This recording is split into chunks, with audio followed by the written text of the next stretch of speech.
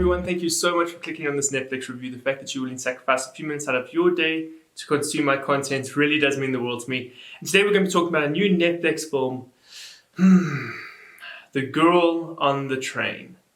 And this movie was 100% average. That's it. That is the perfect way to summarize this film. Now, if you feel like this name of the film might be familiar, it's because it's an adaptation of a very successful book, and it has already been adapted into a film in 2016 starring Emily Blunt. So you may have already watched an adaptation of this film before. But of course, this is a Hindi adaptation, so there are some subtle changes to the book and the original adaptation. And those slight subtle differences might be enough to warrant a rewatching of this film if you did enjoy the book or the original adaptation. But I'm just going to be 100% honest, this film did not do it for me. I'm going to give you a brief breakdown of the story, then get into the things that the film did right and the things I think really were bah, for lack of a better word. So the film is centered around Mira Kapoor, and she has got amnesia and she is on the run and she's being chased by cops because of the crime of a young lady. And so she has no idea if she even committed the crime or not. She's just trying to escape custody and solve the crime and see if in fact she is innocent or guilty. Sounds incredibly interesting.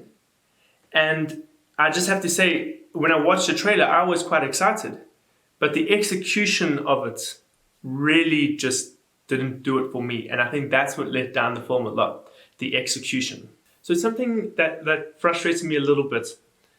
Amnesia can be a very interesting story device. And you can tell a lot of interesting stories with it. You can play with the idea of memories. You can play with false information, false truths and stuff like that. And this film did a lot of that. But it just never interested me. And I think that's because of the main character, Mira Kapoor. She, especially for the first half of the film, is incredibly unlikable. And I don't know what it is with films nowadays. The last few films I've reviewed, I've always said the same thing. I didn't enjoy it because the primary leads were so unlikable. And it's becoming a more common trend. I don't understand why it's so difficult to have likable leads in movies nowadays, especially on Netflix. Recently, every lead or lead couple I've just been so uninvested in. It's been so often lately. I really feel like we have to make sure that producers, directors, performers, everything, they've got to make sure that their characters are likable. Why am I going to invest 2 hours of my life into a movie where I don't even like the main characters? So that was a massive gripe for me, and that was a very big reason why I just really struggled to enjoy this film. Another reason I really struggled to enjoy this film is I've got a whole list. And I'm going to quickly run through my list of things I really didn't enjoy about this film. It's not often I take actual lists talking about specific aspects of a film I didn't like. But I really wanted to make sure I don't forget these.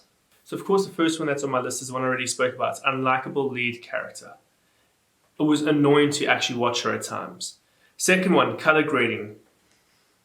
There was this one scene that was clearly filmed, in my opinion, in the middle of the day. And they tried to then color grade it to make it look like it was the evening. So they put in a lot of blues, they upped up the hues and everything like that. And the whole time I'm watching it, they look blue, but you can see the sunlight is right on their face. Like right now, you can see I've opened up my windows, the sun is on my face. That is exactly what it was like in the scene, except they color graded it blue to make it look like it's in the evening. And it was almost laughable, actually. So that was one scene I really didn't like. In that exact same scene, there is a scene where there is a victim and she's dead and she's on the floor. And you can see the actress is breathing. So I already had problems with the scene, and now you're trying to tell me this woman is dead, but she's clearly breathing? Nah. Okay, so that one scene seriously rubbed me the wrong way. And then another thing that really sucked me out of the film were the musical numbers. I know Bollywood loves musical numbers, and I really feel like in a lot of movies, musical numbers can really add to the enjoyment of a film. Not this one though. The opening number I didn't necessarily have an issue with because that's when the characters are happy and they're enjoying life and they've just gotten married and it's exciting and it's romantic. But every musical number after that really didn't fit in my opinion. Maybe the second one as well, slightly, because they're in a nightclub and there's music playing and people are dancing. But I didn't like it. And then the final two, the frick happened there? It's incredibly emotional scenes where somebody's realizing that their life is falling apart. And then it's almost the lyrics for the song are quite sad, that's playing. And then the musical number is matching itself up to. But the beat and the melody is that of a happy song. So even though the lyrics are sad, and it does speak kind of to the situation that's happening on screen, the actual beat is so upbeat. I'm sitting there going, that is giving me serious emotional whiplash. Why am I listening to a funky, happy song when someone is upset and thinks their life is being ruined? I don't understand. I don't understand it. Look, guys, this movie, I know I've been very negative. For whatever reason, especially in this review, I've been a lot more negative than I usually am.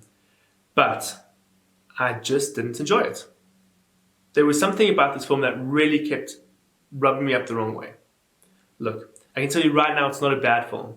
The performances were good. The cinematography was decent, it was serviceable. There were many shots actually that I really liked and I thought were great. And again, I'm just going to talk about, I feel like slow motion, in many movies they get the slow motion so wrong and it becomes so almost jarring to watch. The slow motion was handled really well in this film. The speed was handled very well. The direction with multiple stories and multiple layers because of the character's amnesia was handled quite well. But it also felt like it was all over the place. So look guys, this is what I'm going to do. I'm going to say this film is definitely not for everyone.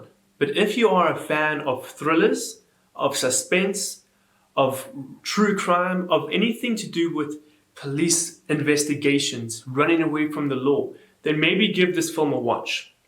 I would suggest you guys watch it because this does have something in it for you that you will like. But if you're someone that's just looking to pass the time and wants to watch a good, engaging, fun story, this ain't it. I'm sorry, but I really don't feel like this is it.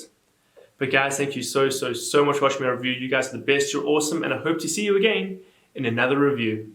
So are you a content creator? Are you a YouTuber, Instagrammer, TikToker in South Africa?